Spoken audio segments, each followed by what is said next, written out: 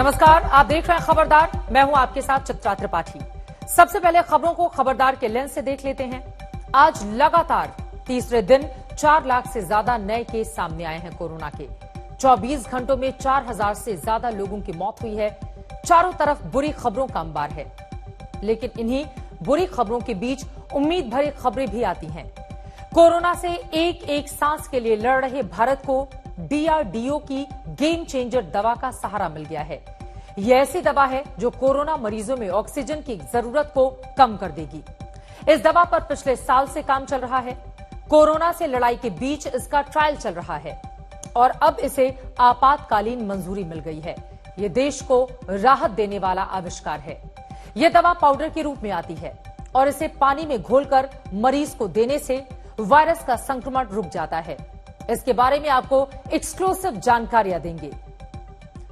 चिंताजनक खबर यह है कि डब्ल्यूएचओ ने 1 साल तक माथापच्ची करने के बाद आखिरकार यह मान लिया है कि कोरोना वायरस अलग अलग कारणों से हवा में देर तक मौजूद रहकर लोगों को संक्रमित कर सकता है। इसके बाद इसे रोकने के लिए तमाम देशों को अपने एसओपीज यानी कि दिशा निर्देशों को अपडेट करना पड़ेगा। लेकिन दिशा निर्देशों की कागजी दुनिया से दूर भारत के अलग अलग छोटे शहरों में हालात बेहद चुनौतीपूर्ण हैं। आज तक के संवाददाताओं की ग्राउंड रिपोर्ट्स सरकार और सिस्टम के सामने जमीनी हालात को रखेंगी। भारत में इस समय हर किसी के दिमाग में जो एक शब्द ट्रेंड कर रहा है वो है वैक्सीन। सब ये सोच रहे हैं कि कैसे वो खुद को या अपने परिवार के लोगों को जल्द से जल्द टीका लगवा लें। वक्त की मांग यही है कि भारत को तेजी से वैक्सीन लगानी होगी, लेकिन वैक्सीन की डोज आवश्यकता के अनुसार उपलब्ध नहीं है। राज्यों में इसे लेकर छटपटाहट है। इसका विश्लेषण करेंगे। एक पहलू यह भी है कि क्या सिंगल डोज वैक्सीन से टीकाकरण की प्रक्रिया को तेज करने में मदद मिल सकती है। यह सवाल इसलिए भी उठा है क्योंकि रूस की स्पुतनिक लाइट वैक्सीन लॉन्च हो चुकी है, जिसकी सिंगल डोज 79 से 80% तक प्रभावित होगी। एक डोज वाली वैक्सीन भारत के हालात देखते हुए बेहद कारगर आविष्कार है। इस पहलू को डिकोड करेंगे और समाधानों पर भी हम आज फोकस करेंगे। तो शुरुआत आज तमाम बुरी खबरों को पीछे छोड़ते हुए एक अच्छी खबर के विश्लेषण से करते हैं। डीआरडीओ पिछले कई महीनों से कोरोना की एक दवा पर काम कर रहा था।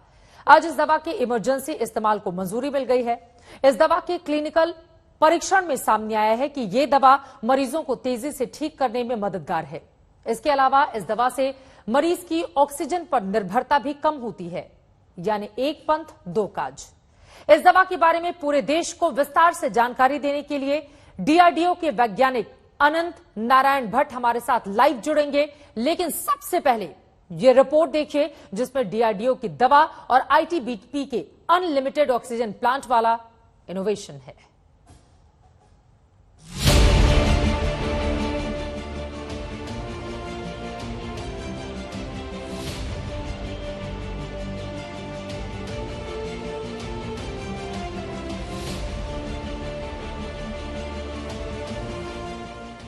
कोरोना से लड़ने के लिए डीआरडीओ की गेम चेंजर दवा आ गई है। ये ऐसी दवा है जो ऑक्सीजन की जरूरत को कम कर देगी और दवा वाले इनोवेशन से देश कोरोना लहर का सामना कर पाएगा। ऑक्सीजन की कमी के बीच ये देश को राहत देने वाला आविष्कार है। आप देख रहे होंगे कि कोरोना संक्रमितों को नियमित तौर पर ऑक्सीजन की आपूर्ति एक चुनौती बनी हुई है। गेट वेल सून के नोट के साथ राजधानी दिल्ली के लिए मुंबई से ऑक्सीजन की सप्लाई की गई है। दिल्ली के बाद अब पंजाब ने भी कह दिया है कि उनके पास सिर्फ 24 घंटे का ऑक्सीजन बचा है। पूरे देश में शायद ही कोई ऐसा इलाका हो जहां ऑक्सीजन की मांग ना बढ़ी हो। डॉक्टरों और एक्सपर्ट्स की माने तो ऑक्सीजन की कमी की वजह से मरीजों की मौत हो रही है।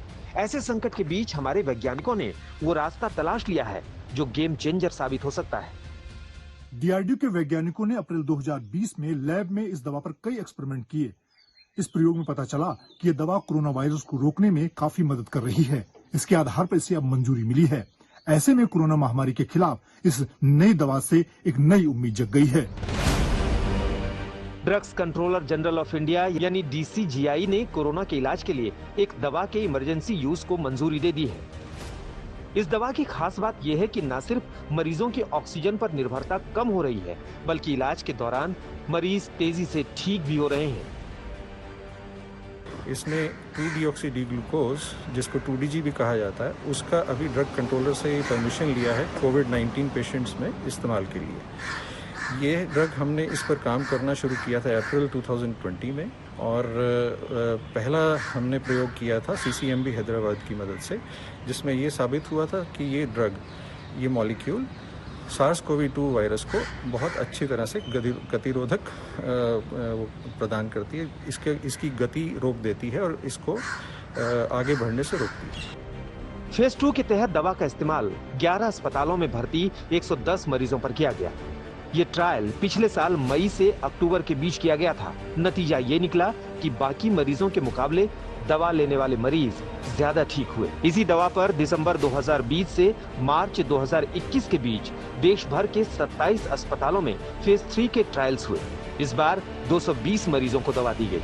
नतीजा ये निकला कि 42% मरीजों की ऑक्सीजन की निर्भरता तीसरे दिन ही खत्म हो गई, लेकिन जिन्हें दवा नहीं दी गई उनमें से 31% मरीजों की ही ऑक्सीजन पर निर्भरता खत्म हुई। दवा की खास बात यह है कि यह वायरस से संक्रमित कोशिकाओं की पहचान करती है। उसके रिजल्ट्स ये बताते हैं कि पेशेंट्स में जो ऑक्सीजन डिपेंडेंस है उसको भी कम करने में ये दवा काम कर रही है, स्टैंडर्ड केयर के अलावा भी। स्टैंडर्ड केयर के साथ इसका प्रयोग करने से भी इसका बहुत फ़ायदा हो रहा है पेशेंट्स को एडिशनल।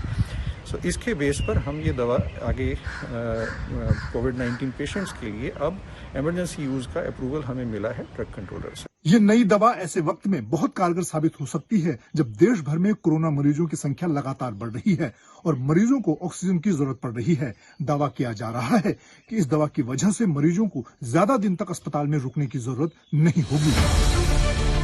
इस दवा का इस्तेमाल बेहद आसान है। ये दवा पाउडर के रूप में आती है, जिसे पानी में घोल कर लिया जाता है। इस दवा को DRDO के institute of nuclear medicine and allied sciences और Hyderabad centre for cellular and molecular biology ने मिलकर तैयार किया है। इस दवा को अभी 2-deoxy-D-ग्लूकोज यानी 2DG नाम दिया गया है और इसकी मैन्युफैक्चरिंग की जिम्मेदारी हैदराबाद स्थित डॉक्टर रेड्डी लैबोरेटरीज को दी गई है। एक तरफ ऑक्सीजन की जरूरत कम करने वाली दवा सामने आ गई है, वहीं दूसरी तरफ ITBP के रेफरल अस्पताल में इटली के सहयोग से स्थापित ऑक्सीजन प्लांट चालू हो गया है। प्राकृतिक ऑक्सीजन से ही ऑक्सीजन उत्पादन और आपूर्ति करने में सक्षम इस संयंत्र से एक समय में 100 मरीजों को हाई स्पीड ऑक्सीजन मुहैया करवाई जा सकती है। ये प्लांट सिर्फ 48 घंटे में स्थापित किया गया है। ये 1000 लीटर पर मिनट के हिसाब से ये ऑक्सीजन जनरेशन प्लांट जो है वो ऑक्सीजन जनरेट करता है। ये आप समझ लीजिए कि अगर एवरेज अगर 10 लीटर पर मिनट के हिसाब से एक पेशेंट को जरूरत पड़ेगी तो ये लगभग 100 लीटर 100 पेशेंट्स को ये इसकी ऑक्सीजन की डिमांड को पूरी कर सकता है। इटली के सहयोग से ITBP ने जो इनका रेफरल हॉस्पिटल है इस तरीके का ऑक्सीजन प्लांट लगाया है। ये प्लांट लगभग 100 बेड जो है यहाँ पर उनको ऑक्सीजन देगा और इस तरीके की जो समस्या यहाँ पर रेफरल हॉस्पिटल में थी उसको दूर करने का पूरा प्रयास यहाँ पर किया जा रहा है। कोविड संक्रमण से पहले देश में तैयार होने वाली कुल ऑक्सीजन का महज 15% ही मेडिकल क्षेत्र में इस्तेमाल होता था। बाकी ऑक्सीजन का इस्तेमाल तेल शोधक संयंत्रों, लौह इस्पात उद्योग, कार फैक्ट्री और भट्टियों में किया जाता था। लेकिन अचानक दूसरी लहर में कोरोना संक्रमण के मामले तेजी से फैले और नतीजा ये हुआ कि ऑक्सीजन की डिमांड और सप्लाई का पूरा संतुलन चौपट हो गया। सरकारों का सारा आकलन ताश के पत्ते की तरह ढेर हो गया। हालांकि अच्छी बात यह है कि DRDO की इस दवा से मरीजों की ऑक्सीजन की जरूरत कम होगी। कोविड से लड़ाई में ये एक अहम मोड़ साबित हो सकता है। दिल्ली से मंजीत नेगी के साथ जितेंद्र बहादुर सिंह, आज तक। हिंदुस्तान में चुनौतियां बहुत सारी हैं, लेकिन उन सब के बीच ये अच्छी खबर उम्मीदें बढ़ाने वाली है और इसी वजह से इनमास DRDO के वैज्ञानिक अनंत नारायण भट्ट इस वक्त हमारे साथ लाइव हैं। बहुत शुक्रिया आज तक के साथ जुड़ने के लिए। और मेरा पहला सवाल आपसे यही है, इस दवा के असर के बारे में पूरा देश आपसे जानना और समझना चाहता है। भारत इस समय दूसरी लहर के कहर को झेल रहा है। चारों तरफ से हम देख पा रहे हैं किस तरह की तस्वीरें सामने आ रही हैं। ये दवा किस तरह से गेम चेंजर साबित हो सकती है? धन्यवाद चित्रा जी, नमस्कार। जैसा कि आपने ऑलरेडी अपनी रिपोर्ट में बताया, जो हमने प्रेस रिलीज जारी किया है, कि जो जिन लोगों को ये दवा दी गई, स्टैंडर्ड ऑफ केयर के साथ जिन लोगों को ये दवा दी गई, उसमें से करीब 42% लोग ऐसे थे जो तीसरे दिन ही उनकी ऑक्सीजन की रिक्वायरमेंट खत्म हो गई। और हमारे क्लिनिकल ट्रायल में एक WHO ऑर्डिनल स्कोर होता है जिसके ऊपर हम स्कोर देते हैं पेशेंट्स को। सो ज्यादातर जो पेशेंट्स स्कोर 5 पे रिक्रूट हुए थे, मतलब ऑक्सीजन की रिक्वायरमेंट पे रिक्रूट हुए थे, वो सारे के सारे पेशेंट्स, मतलब उसमें से करीब 42% पेशेंट्स तीसरे दिन ही ऑक्सीजन से बाहर आ गए। तो इस समय जैसा कि आप सभी जानते हैं कि ये देश के सामने एक बड़ी समस्या है कि ऑक्सीजन की मांग पूरी नहीं हो पा रही है ज्यादातर पेशेंट्स की, और हॉस्पिटल स्टे जो है वो ज्यादा रह रहा है। तो इस दवा से सिम्टोमेटिक रिलीफ भी बहुत तेजी से मिल रहा है पेशेंट्स को। मतलब जब हम इस दवा को जो स्टैंडर्ड ऑफ केयर में बाकी दवाएं दे रहे हैं उसके साथ देते हैं उसके बाद, तो अगर हॉस्पिटल ऑक्सीजन से रिलीफ जल्दी मिलता है, पेशेंट्स ऑक्सीजन से बाहर जल्दी आते हैं और हॉस्पिटल से डिस्चार्ज जल्दी होते हैं, तो वो बेड हम दूसरे पेशेंट्स को दे सकते हैं, और इस तरीके से हम जो ये सिनेरियो है कोविड पैंडेमिक का, उसको हम बेहतर तरीके से डील कर सकते हैं। अनंत जी, आपकी ये बातें इस देश के एक बड़े हिस्से में अनंत मुस्कान लेकर आ रही होगी, मैं इसकी पूरी उम्मीद करती हूं, क्योंकि आपके ये एक एक शब्द बेहद महत्वपूर्ण और बहुत ज्यादा उम्मीदें जगाने वाले हैं। मेरा अगला सवाल सर आपसे, DRDO इस दवा पर कब से काम कर रहा था? इसे कितने वक्त में तैयार करके इमरजेंसी अप्रूवल के स्टेज तक पहुंचाया गया? जैसा कि ये एग्जैक्टली लगभग 1 वर्ष लगा है हमें। मई के महीने में ही, प्रथम सप्ताह में ही हम centre for cellular and molecular biology Hyderabad में गए थे इस दवा को टेस्ट करने के लिए। और जैसा कि आप सभी जानते हैं कि उस समय सिर्फ एक ही या 2 जगह थी भारत में जहां ये दवा टेस्ट हो सकती थी। CCMB हैदराबाद उनमें से एक था, तो हमने वहां जाके इस दवा की टेस्टिंग किया, और उन्होंने हमें 1 हफ्ते में ये रिपोर्ट दिया कि ये दवा जो है SARS-CoV-2 वायरस के मल्टीप्लिकेशन को बहुत अच्छी तरीके से रोक रही है। तो उस रिपोर्ट के आधार पे हम DCGI के पास गए और हमने उनसे अनुमति मांगी कि अगर आप हमें इस रिपोर्ट के आधार पे, क्योंकि ये दवा क्लिनिकल ट्रायल में आ चुकी थी, तो इन दोनों रिपोर्ट्स के आधार पे अगर आप हमें परमिशन दे सकें कोविड पेशेंट्स में इसके फेज 2 ट्रायल की, तो DCGI ने हमें परमिशन दिया और हमने फेज 2 ट्रायल मई में ही शुरुआत कर दिया था, और मई से अक्टूबर तक इसका फेज 2 ट्रायल चला। और फेज 2 ट्रायल के बाद हमें फेज 3 ट्रायल की परमिशन मिली DCGI से, और वो हमारा मार्च में खत्म हुआ फेज 3 ट्रायल। और वो जो भी डेटा आए, जैसा कि हमने बताया कि जो भी डेटा आए उस फेज 3 ट्रायल के, उसके आधार पर फिर DCGI ने हमें इमरजेंसी यूज अप्रूवल दिया है। तो लगभग 1 वर्ष लगा है, जिसमें हम ढेर सारे स्टेप्स हमने लिए और दवा के विकास के विभिन्न चरणों को हमने पूरा किया, और उसके बाद DCGI ने, ये महत्वपूर्ण है लोगों के भरोसे के लिए, क्योंकि एक लंबी प्रक्रिया के बाद ये दवा लोगों के बीच होगी। अब मेरा अगला सवाल, ये दवा कोरोना संक्रमण के किस स्टेज में काम आती है और कौन इसे ले सकता है? क्या कोरोना पीड़ित जो व्यक्ति है आराम से उसे दिया जा सकता है? डॉक्टर्स इसके लिए इजाजत देंगे? इसके बारे में आप क्या जानकारी देंगे सर? जैसा कि जो क्लिनिकल ट्रायल का परमिशन होता है, वो ज्यादातर मॉडरेट टू सीवियर पेशेंट्स में हमें परमिशन मिला था इस दवा को ट्रायल करने का। तो हमने ये जो दवा का ट्रायल किया है वो मॉडरेट टू सीवियर पेशेंट्स में किया है, जिनकी ऑक्सीजन लेवल 85% तक थी, मतलब as low as 85% SpO2 level था। तो हमने उन पेशेंट्स को ट्रीट किया, और जिसके बाद उन्हें, जैसा कि मैंने बताया कि तीसरे चौथे दिन ज्यादातर पेशेंट जो थे वो ऑक्सीजन से बाहर आ गए, और मतलब मॉडरेट से सीवियर पेशेंट्स को ये दवा दी जा सकती है। जो कम संक्रमित हैं उन्हें इस दवा की जरूरत नहीं पड़ेगी, आप ये भी कह रहे हैं? एक बार फिर से अपना प्रश्न दोहराएं। जो माइल्ड पेशेंट है, यानी कि जो कम संक्रमित हैं कोरोना से, उन्हें इस दवा को लेने की जरूरत नहीं है?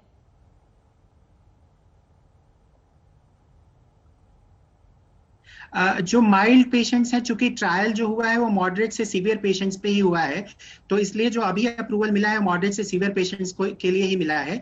लेकिन ये दवा माइल्ड पेशेंट्स पे भी काम करेगी। जो इसका मैकेनिज्म ऑफ एक्शन है, ये माइल्ड पेशेंट्स पे भी उतने ही बेहतर काम करेगी जितना मॉडरेट टू सीवियर पेशेंट्स पे काम करती है। और इस दवा को लेना भी बहुत आसान है। ये पाउडर के फॉर्म में आती है और इसको पाउडर को आप पानी में घोलिए और इस दवा को आसानी से पिया जा सकता है, ओरल लिया जा सकता है। दवा तो बहुत कड़वी होती है, अब लोग इसके टेस्ट के बारे में जानना चाहेंगे। ये महत्वपूर्ण बात आपने कही कि पानी में घोलकर आसानी से मरीज को ये दवा दी जा सकती है। जी ठीक है सर, आम आदमी की पहुंच इस तक कैसे और कब तक होगी? क्योंकि आपने ये जो खुशखबरी इस वक्त देश के सामने रखी है आज तक के माध्यम से, अब चूंकि ऑक्सीजन की सबसे ज्यादा कमी और किल्लत का सामना इस वक्त पूरा का पूरा हिंदुस्तान और उसके ज्यादातर हिस्से कर रहे हैं, कई लोगों की जान भी चली गई ऑक्सीजन की कमी की वजह से, तो लोगों के बीच इस दवा की उपलब्धता कब और कैसे होगी? मैडम, ये दवा की उपलब्धता हम डॉक्टर रेड्डीज लैब, जो हमारा इंडस्ट्रियल पार्टनर है, जिन्होंने हमारे साथ मिलके सारा क्लिनिकल ट्रायल किया है, और डॉक्टर रेड्डीज लैब बहुत ही जल्द, हम उनसे कई मीटिंग्स कर चुके हैं अप्रूवल मिलने के बाद, कि कितना जल्दी से जल्दी आप इस दवा को मार्केट में ले आ सकते हैं। तो डॉक्टर रेड्डीज लैब से हम ऑलरेडी इस बारे में डिस्कशन में हैं, और मुझे लगता है बहुत जल्द से जल्द डॉक्टर रेड्डीज लैब इसका प्रोडक्शन जो है वो रैंप अप करने वाली है, और जल्द से जल्द ये लोगों तक पहुंच पाएगी दवा। इसी बात का हमें इंतजार भी है। बहुत शुक्रिया सर आपका हमारे साथ जुड़ने के लिए, अनंत नारायण भट्ट जी, और ये जानकारी देने के लिए। आप लोगों को बहुत कामयाबी मिले ये जो दवा लेकर आप आ रहे हैं, इस उम्मीद के साथ बहुत शुक्रिया आज तक के साथ जुड़ने के लिए और इस अहम जानकारी के लिए। तो इस दवा का देश को इंतजार है, लेकिन इन सब के बीच आपको ये भी बताते चले, कोरोना की रफ्तार हम सबको डरा रही है। देश के अलग अलग इलाकों से जो रिपोर्ट आ रही है वो अच्छी नहीं है। आप व्यवस्था को हर जगह लचर पाएंगे। यह हाल तब है जब विश्व स्वास्थ्य संगठन ने खतरनाक संकेत दिए हैं और साल भर के बाद यह मान लिया है कि कोरोना संक्रमण हवा के जरिए भी फैल रहा है। यह भारत के लिए बहुत ही खतरनाक है, क्योंकि हमारे यहां सब चलता है वाली सोच का वायरस भी फैला हुआ है, और इसी वजह से सभी को बहुत ज्यादा सजग रहने की जरूरत है।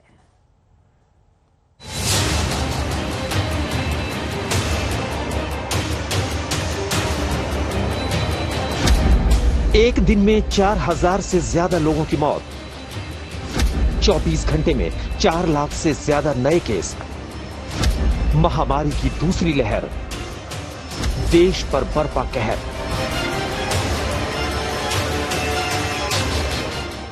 याद होगा, इस साल मार्च की शुरुआत में देश के स्वास्थ्य मंत्री हर्षवर्धन ने ऐलान किया था, भारत में कोरोना हार रहा है, महामारी अब खात्मे की ओर बढ़ रही है।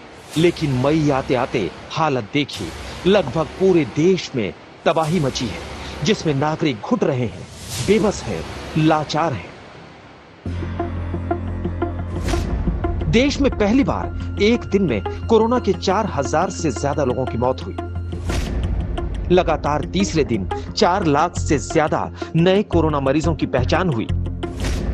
अस्पताल में बिस्तर और ऑक्सीजन का इंतजार कर रहे लोगों की सांसें टूट रही हैं। डॉक्टर के अपॉइंटमेंट से लेकर ऑक्सीजन सिलेंडर तक के लिए मशक्कत करनी पड़ रही है। ठीक ही कहते हैं लोग, इंसान सबसे ज्यादा मजबूर अस्पतालों में होता है। पैसे हैं तो भी इलाज मिलने की गारंटी नहीं है। अस्पतालों में बेड के लिए दर दर भटकना पड़ रहा है। देश के छोटे शहरों में हालात काफी खराब है। देश के अलग अलग हिस्सों से आज तक संवाददाताओं की ग्राउंड रिपोर्ट आ रही है, और ये रिपोर्ट्स चौंकाने वाली है। ये किसी त्रासदी से कम नहीं है। देश के सभी विशेषज्ञ ये लगातार चेतावनी दे रहे थे कि 5 राज्यों में विधानसभा चुनाव के बाद कोविड-19 की स्थिति विस्फोटक हो जाएगी। हुआ भी यही। चुनावी नतीजों के बाद अब कोरोना का रुझान सामने है। बंगाल में जीत को लेकर बहुत चर्चा थी, तो शुरुआत बंगाल से। आसनसोल में हालत चिंताजनक हो गई है। सबसे बड़े प्राइवेट अस्पताल HLG में बेड कम पड़ गए। मरीजों को वापस लौटाया जा रहा है। नहीं खाली है, सीटें नहीं खाली है। तो अभी कहाँ से आप लोग कहाँ से रहे हैं? यही आसनसोल के ही हैं। कहाँ कितने हॉस्पिटल गए थे? 4-5 हॉस्पिटल गए, कहीं नहीं मिला। कहीं नहीं। अस्पतालों में ऑक्सीजन की खपत 3 गुना बढ़ गई है। पहले हर रोज जहां 50 सिलेंडर लगते थे, अब 160 सिलेंडर भी कम पड़ रहे हैं। अस्पताल प्रशासन बेड की संख्या बढ़ाए भी तो भी बेड कम पड़ जा रहा है। संक्रमित मरीजों की संख्या लगातार बढ़ रही है। बड़े शहरों को तो छोड़िए, पश्चिम बंगाल में छोटे शहर और ग्रामीण इलाकों की स्थिति सबसे ज्यादा खतरनाक है। जो बड़े बड़े अस्पताल हैं, दरअसल मरीजों की संख्या इतनी ज्यादा है कि इन अस्पतालों ने अपनी बेड की संख्या तो बढ़ा दी है, ऑक्सीजन बेड भी बढ़ा दिए हैं, लेकिन बावजूद संख्या इतनी है कि लिखना पड़ रहा है नो आइसोलेशन बेड अवेलेबल, यानी कि आइसोलेशन के लिए बेड नहीं है, बेड मौजूद नहीं है, ऑक्सीजन वाले बेड मौजूद नहीं है। आईसीयू के भी जो मरीज हैं उनकी भी संख्या ज्यादा है। ऐसे में सवाल ये उठता है कि आखिर इस महामारी से पश्चिम बंगाल लड़ेगा तो लड़ेगा कैसे? छोटे शहरों की ओर ध्यान कब दिया जाएगा? वैसे तो टीकाकरण को लेकर पूरे देश में लंबे चौड़े दावे मिलेंगे, लेकिन आसनसोल के सबसे बड़े सरकारी अस्पताल ईएसआईसी में भी पिछले 1 सप्ताह से टीकाकरण बंद है। अस्पताल के बाहर नोटिस चस्पा है, वैक्सीनेशन नहीं होगा। टीकाकरण को लेकर हंगामा मचा तो पुलिस बुलानी पड़ी। कितने दिन से आप आ रहे हैं जो वैक्सीन नहीं मिल रही? ये मैं लास्ट फ्राइडे में भी आया था और मंडे ट्यूसडे दोनों दिन आया था। वो मुझे बोला कि आएगा, लेकिन वैक्सीन आया नहीं। आज भी मैं घूम के जा रहा हूँ कि वैक्सीन आया नहीं है यहाँ पर। यहाँ सीधा लिख दिया गया है नो वैक्सीन नो कूपन। 6 तारीख की तारीख भी है और लोगों का भी कहना है कि पिछले चाहे पहला डोज हो चाहे दूसरा डोज हो, पिछले कई दिनों से लगातार चक्कर लगा रहे हैं, लेकिन उन्हें टीका नहीं लग पा रहा है। इस तरह की कमियों के बीच पश्चिम बंगाल, जहां चुनावों के बाद ये कहा जा रहा है कि कोरोना का विस्फोट हुआ है, आखिर वो लड़ेगा कैसे? और ये तो तस्वीर अभी सिर्फ आसनसोल की है। बंगाल के पड़ोस बिहार में भी तस्वीर दंग करने वाली है। सुपौल सदर अस्पताल में 6 वेंटिलेटर हैं, 8 महीने से बिना इस्तेमाल के पड़े हैं। महामारी की भीषण मार के बीच अस्पताल के पास न डॉक्टर है, न टेक्नीशियन और न ही नर्सिंग स्टाफ की कमी है, डॉक्टर की कमी है जो कि उसको चलाएंगे, इसलिए वो भी नहीं चालू करें। टेक्नीशियंस हैं आपके पास? टेक्नीशियन तो मिल जाएंगे, लेकिन जो चलाने वाले डॉक्टर हैं, जो ट्रेन डॉक्टर हैं, वो लोग की कमी है। कितने डॉक्टर्स की कमी है इसको चलाने के लिए आपको? जितने हैं उसके अनुसार कम से कम जो भी आ जाए। ऐसे में अगर किसी मरीज की हालत गंभीर हो जाती है तो 120 किलोमीटर दूर दरभंगा मेडिकल कॉलेज अस्पताल में रेफर कर दिया जाता है। यहाँ पर पिछले साल ही अक्टूबर में पीएम केयर फंड्स की तरफ से 6 वेंटिलेटर्स भी जो है अस्पताल को मुहैया कराया गया था, लेकिन 8 महीने बीत जाने के बाद भी वो वेंटिलेटर्स जस के तस पड़े हुए हैं और उनका इस्तेमाल नहीं किया जा रहा है। और दूसरी तरफ अस्पताल की तरफ से ये बताया जा रहा है कि अगर जान बचाने वाले वेंटिलेटर्स की ज़रूरत किसी मरीज को अगर पड़ती है तो उसे यहाँ से 120 किलोमीटर दूर दरभंगा रेफर कर दिया जाता है। ऐसे हालात में डब्ल्यूएचओ ने एक चिंताजनक आशंका की पुष्टि कर दी है। डब्ल्यूएचओ ने पूरे 1 साल बाद आखिरकार ये मान लिया है कि कोरोना वायरस हवा से भी फैल सकता है। डब्ल्यूएचओ ने अपनी गाइडलाइन में बदलाव करते हुए कहा, वायरस खराब वेंटिलेशन या भीड़ वाली जगहों में हवा से भी फैल सकता है। ऐसी जगह जहां लोग लंबे समय तक रहते हैं खतरनाक है, क्योंकि वायरस एरोसोल के जरिए हवा में 1 मीटर से भी ज्यादा दूर तक जा सकते हैं।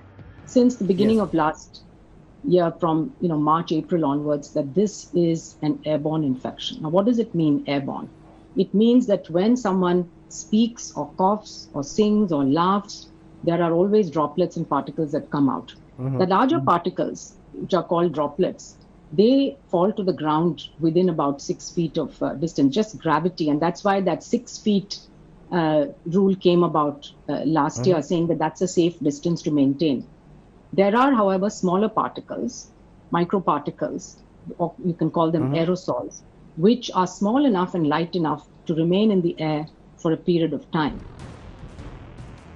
इसका सीधा सा मतलब ये है कि कोरोना से बचाव को लेकर अब प्रोटोकॉल में बदलाव करना होगा। वायरस से लड़ने की रणनीति बदलनी पड़ेगी। कोविड संक्रमण की दूसरी लहर भारत में अभी सर्वाधिक संघातक स्थिति में है। अब तो वैज्ञानिकों ने इसके हवा के जरिए फैलने यानी एयरबोर्न होने की रिपोर्ट पर भी मुहर लगा दी है। अब जरूरी है कि इसकी नीतियों पर, इससे कैसे छुटकारा पाया जाए, इसे कैसे इरेडिकेट किया जाए, इस पर नए सिरे से विचार किया जाना चाहिए, क्योंकि भारत के लोगों ने पहले ही अपने लापरवाही भरे नजरिए से और रवैये से देश को इस स्थिति में पहुंचा दिया है जहां हमें चारों ओर निराशा ही दिखाई देती है। यानी अब नए सिरे से नहीं सोचेंगे, नई योजनाओं को नए तरह से जमीन पर नहीं उतारा गया तो हमें ही जमीन से बाहर होना पड़ेगा। खस्ताहाल स्वास्थ्य व्यवस्था के बीच लोगों की लापरवाही चरम पर है। ऐसे में हवा से कोरोना फैलने की पुष्टि गंभीर चेतावनी है। लोगों को यह समझना होगा कि इस लहर में बचने के लिए डबल मास्क, सामाजिक दूरी और तेजी से वैक्सीन लगवाना ही सबसे कारगर तरीके हैं। आसनसोल से आशुतोष मिश्रा, सुपौल से रोहित सिंह के साथ संजय शर्मा, दिल्ली आज तक। कोविड से लड़ाई कठिन है। हर दिन पहले से बेहतर रणनीति बनाने की जरूरत है। कोविड के खिलाफ सबसे कारगर हथियारों में से एक है वैक्सीनेशन। भारत ने वैक्सीनेशन का बड़ा अभियान तो चला रखा है, लेकिन भारत जैसी बड़ी आबादी के लिए अब तक का वैक्सीनेशन अभियान नाकाफी साबित हो रहा है। खासकर 18+ अभियान की शुरुआत के एक हफ्ते से अधिक बीत जाने के बावजूद कई जगहों पर अभी तक इसकी शुरुआत नहीं हो पाई है। इसके अलावा वैक्सीनेशन सेंटर पर अव्यवस्था भी देखने को मिल रही है और इसको तत्काल ठीक किए जाने की जरूरत है।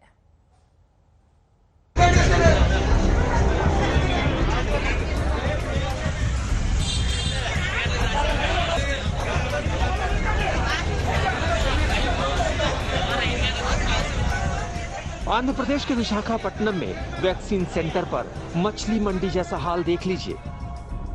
मध्य प्रदेश में 18+ वैक्सीनेशन अभियान शुरू होने के तीसरे दिन वहां की राजधानी भोपाल में कैसी अव्यवस्था रही, इसे भी आज तक संवाददाता रवीश पाल सिंह की रिपोर्ट से समझ लीजिए। पूरी अपॉइंटमेंट स्लिप आई हुई है, पर एक्चुअली जब हम यहाँ पर आए तो पता चला कि पहले तो एग्जिस्ट ही नहीं करता स्कूल। जब चेंज यहाँ पर आए उसके बाद देखा तो यहाँ पे बोर्ड पे नाम नहीं है। हमारा भी स्लॉट मिला हुआ है लेकिन एड्रेस में गलत दिया है। ये बॉयज स्कूल है और वहाँ पर इसमें एड्रेस में जो दिया है ना वो गर्ल्स स्कूल है। पूरे भोपाल में एक ही सेंटर था 5 और 6 मई को। आज सेंटर जरूर बढ़ गए हैं लेकिन समस्या अभी भी वही है कि मोबाइल पे मैसेज तो लोगों के पास आ गए हैं स्लॉट बुकिंग के, लेकिन जब वो केंद्र पे टीकाकरण के लिए पहुंच रहे हैं तो वहां पे उनका नाम नहीं है और उन्हें इस तरीके से इंतजार करना पड़ रहा है वैक्सीनेशन के लिए। वैक्सीनेशन को लेकर मच रही अफरा तफरी और अव्यवस्था किसी एक राज्य, किसी एक शहर या किसी एक सेंटर की बात नहीं है। ऐसा नहीं है कि वैक्सीनेशन कहीं भी सुचारू तौर पर नहीं हो रहा, लेकिन ये भी सच्चाई है कि देश भर में तमाम जगहों पर वैक्सीनेशन अभियान में अभी समस्याएं ही समस्याएं हैं। इसकी सबसे बड़ी वजह है वैक्सीन की कमी। वैक्सीन मुहैया कराने के लिए कई राज्य जोर शोर से केंद्र पर दबाव बना रहे हैं। आज दिल्ली के अंदर मोटे मोटे तौर पे 1 लाख वैक्सीन डेली लग रहे हैं। 3 महीने में 2 करोड़ 60 लाख वैक्सीन चाहिए। लगभग मोटे मोटे तौर पे 85 लाख 80 से 85 लाख वैक्सीन पर मंथ चाहिए अगले 3 महीने के लिए। अगर इतने वैक्सीन हम लोगों को उपलब्ध करा दिए जाएं तो दिल्ली के हर व्यक्ति को 3 महीने के अंदर वैक्सीन करवाया जा सकता है। आज 18 से 45 साल के बीच के नागरिकों के लिए वैक्सीनेशन पुनः प्रारंभ किया गया है। क्रमशः जो हम लोगों ने उनको एक लक्ष्य दिया है 25 लाख का भारत बायोटेक को कोवैक्सीन के लिए और सीरम इंस्टीट्यूट को 50 लाख का कोविशील्ड के लिए, तो ये उपलब्धता के आधार पे ये कंपनियां हमको देती रहेंगी। हालांकि हमको चाहिए करीब 1.25 करोड़ वैक्सीन 1 डोज के लिए, तो 2 डोज के लिए हमको लगेंगी करीब 2.5 करोड़ वैक्सीन। 45 साल से अधिक आयु वर्ग के लिए केंद्र ने अब तक राज्यों को 17 करोड़ 49 लाख डोज भेजी है।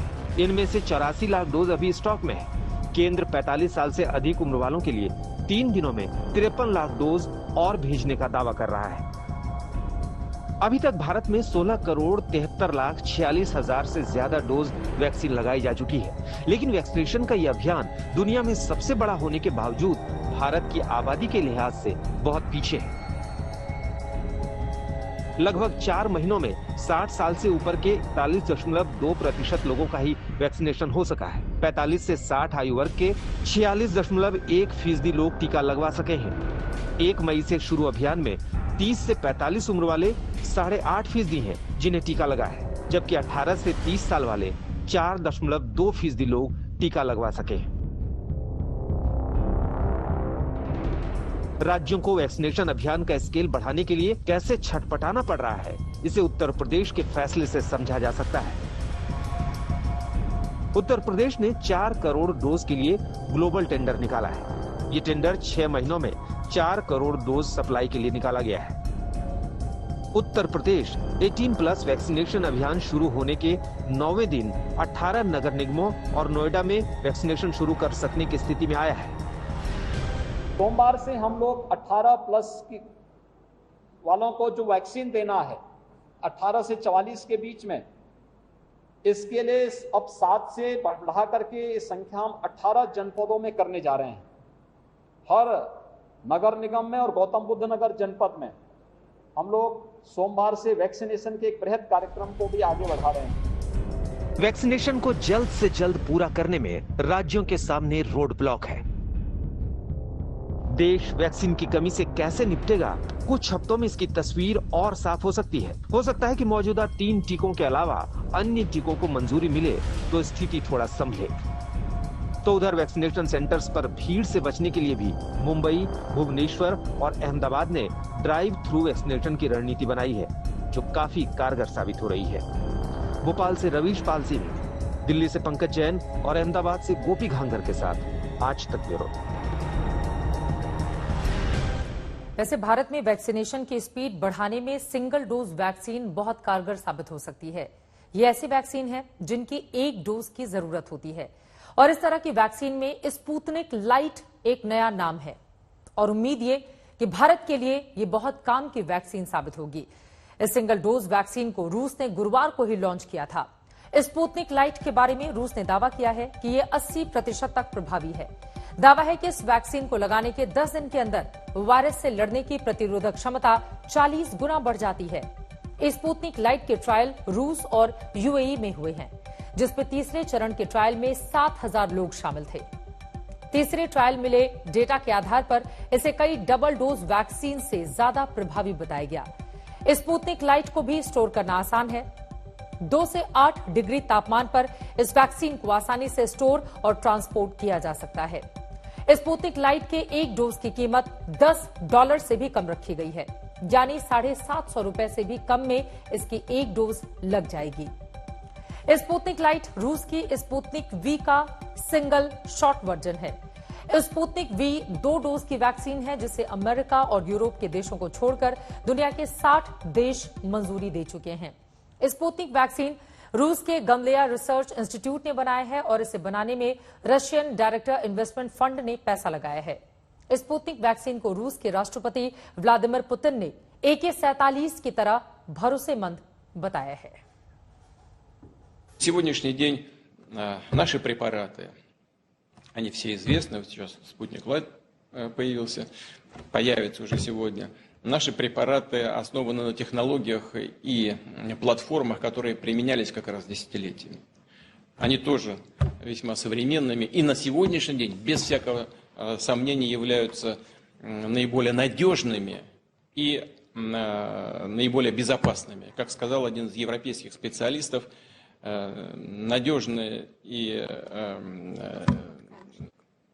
как автомат Калашников. Да. Это не мы сказали, это сказал один из европейских специалистов, и я думаю, что он, безусловно, прав.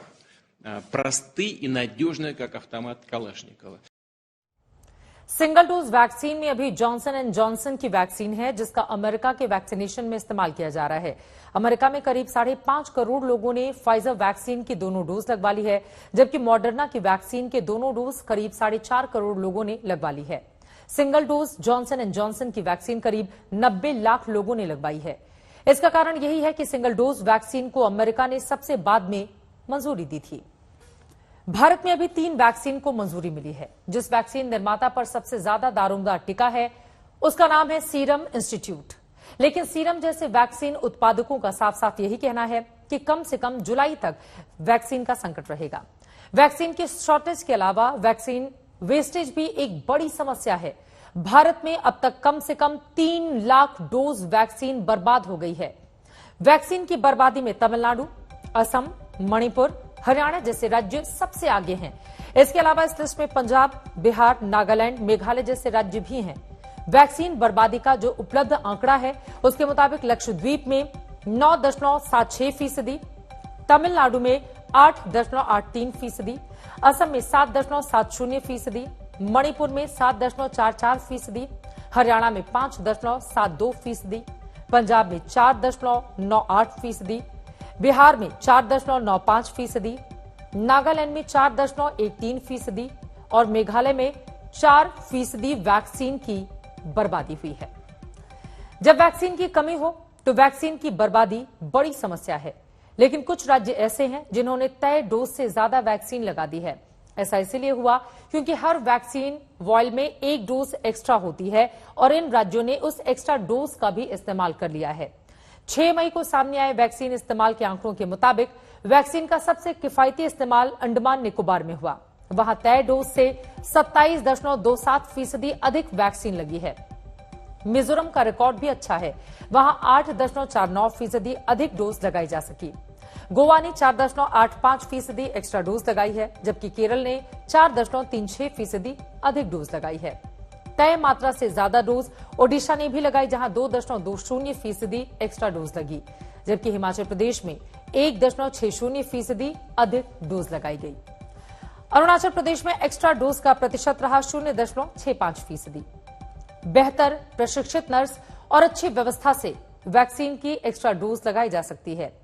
केरल के मुख्यमंत्री पिनराई विजयन ने जब वैक्सीनेशन अभियान की इस दक्षता को सामने रखा तो प्रधानमंत्री नरेंद्र मोदी ने भी इसकी तारीफ की थी।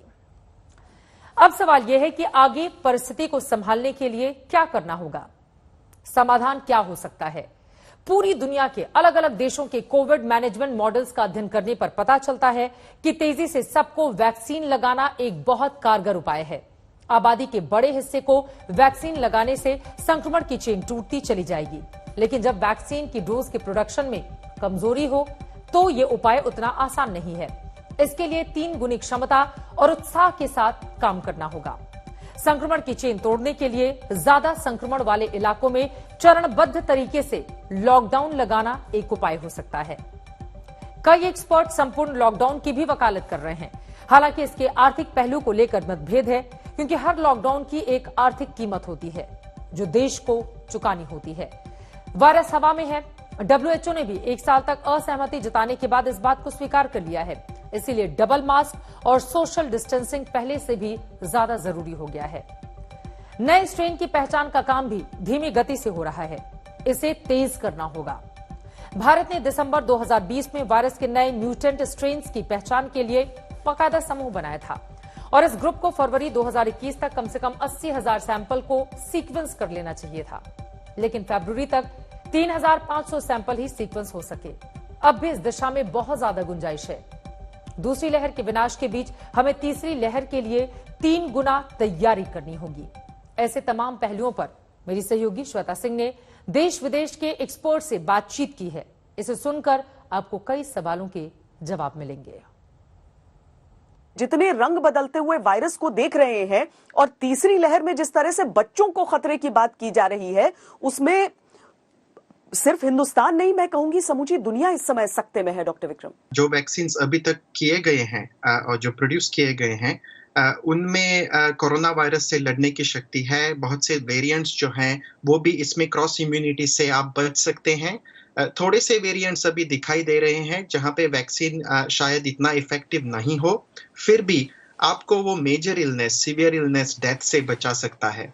और जैसे हम काम कर रहे हैं, जैसे डेवलपर्स, वैक्सीन के डेवलपर्स काम कर रहे हैं, उन्होंने ऑलरेडी वैक्सीन्स बदलने शुरू किए हैं ताकि जो भी कुछ माइनर वेरिएंट्स आएंगे इस कोविड वायरस के, उनके खिलाफ आगे की जो वैक्सीन्स आएंगे, बूस्टर्स आएंगे, वो इफेक्टिव रहेंगे। तो वैक्सीनेशन आपका एक ऐसा वेपन है जो आपको इस महामारी से बचा सकता है। तो एक पहली चीज है कि हमें जल्द से जल्द जितने ज्यादा लोगों को वैक्सीनेशन कर सकते हैं वो बहुत ही जरूरी है, ताकि जब आप 50 या 40 के ऊपर लोगों को वैक्सीनेशन दे चुके हो, ज्यादा से ज्यादा आप एडोलेसेंट्स और जो 12 से 18 के बीच में लोग हैं उनको वैक्सीनेशन दे सकते हैं, क्योंकि अगला जो वेव आएगा वो यंगस्टर्स और एडोलेसेंट्स और यंग बच्चों पर आएगा। इसीलिए जब आप अपना मेजर वैक्सीनेशंस कंप्लीट करते हैं तो आप बच्चों को देना शुरू कर सकते हैं। वो बहुत ही जरूरी बात होगी। डॉक्टर विक्रम, फर्ज कीजिए आज मैंने कोविशील्ड का एक डोज लिया हो या किसी ने कोवैक्सीन ली हो, क्या ये वायरस इतनी तेजी से बदल रहा है कि विज्ञान उससे कदम ताल नहीं कर पा रहा? क्या मैं आश्वस्त रहूं कि दूसरे डोज पूरा होने के बाद जो इस वायरस का जो कुप्रभाव है, जो बहुत सिवियरिटी जो देता है, उससे मैं कम से कम 6 महीने प्रोटेक्शन हासिल कर पाऊंगी? क्योंकि यही एक सवाल है जिसकी वजह से लोग निर्णय नहीं कर पा रहे हैं कि वैक्सीन के लिए जाएं या न जाएं। ये हेजिटेंसी का बहुत बड़ा कारण हिंदुस्तान में हो रहा है। हेजिटेंसी नहीं होनी चाहिए। बहुत ही स्मॉल प्रोपोर्शन है, शायद लेस देन 5%, जिनको एक वैक्सीन शायद न काम करे तो उनके लिए दूसरे वैक्सीन बाद में काम कर सकते हैं, पर वो प्रोपोर्शन बहुत कम है। मोस्ट वैक्सीन 6 मंथ्स तक बहुत अच्छा काम करेंगे, अभी तक के डेटा से तो ऐसा लगता है। तब तक शायद आपको बूस्टर्स आ जाएंगे, दूसरे वैक्सीन आ जाएंगे, तो आप अपना बूस्टर बाद में रिपीट कर सकते हैं। कोई भी दुविधा नहीं होनी चाहिए, प्लीज जाइए, वैक्सीन लीजिए, अपनी और अपनी फैमिली और रिलेटिव्स की प्रोटेक्शन के लिए। ये बहुत इंपॉर्टेंट है। क्या एक तारीख निर्धारित की जा सकती है भारत में पीक के लिए, या भारत इतना विस्तृत देश है और यहाँ के एक एक राज्य एक एक देश के बराबर है कि हर राज्य का अपनी अलग तारीख होगी उस वेव की? हम लोग ऐसी उम्मीद कर रहे हैं कि मई के मिड और एंड तक होते होते हम सेकेंड वेव के पीक तक पहुंच जाएंगे। उसके बाद उस पीक को हम फ्लैट करके नीचे कब तक ला पाएंगे, ये टोटली इस चीज पे डिपेंड करता है कि हम वैक्सीनेशन का जो पेस है उसको कितना तेज कर पा रहे हैं। और उससे भी ज्यादा इंपॉर्टेंट है कि हम लोग इस प्रॉब्लम को हम सब देख रहे हैं, लेकिन इस प्रॉब्लम के लिए हम रिस्पॉन्ड कितनी जल्दी करते हैं। जो इसके प्रिकॉशनरी मेजर्स हैं, जिसको कि बार बार मैं और मेरे फेलो पैनलिस्ट रिपीट कर रहे हैं, मास्क पहनना, उसको हम कितने डिसिप्लिन के साथ इम्प्लीमेंट कर रहे हैं, वो बहुत इंपॉर्टेंट होगा कि हम कितनी जल्दी सेकेंड वेव को नीचे ला पाएंगे। पैनिक अगर लोग न करना चाहें तो बच्चों के हिसाब से वो क्या तैयारी है जो तीसरे वेव के लिए कर सकते हैं लोग? बच्चों के लिए ये एक तो उनको मास्क बहुत आवश्यक है। जब भी बाहर जाएं तो मास्क पहनने थोड़ा मुश्किल लगता है, बच्चे शायद इतना अच्छे जल्दी से तैयार ना हो, लेकिन ये बहुत आवश्यक है। और एक सैनिटेशन को बना के रखें।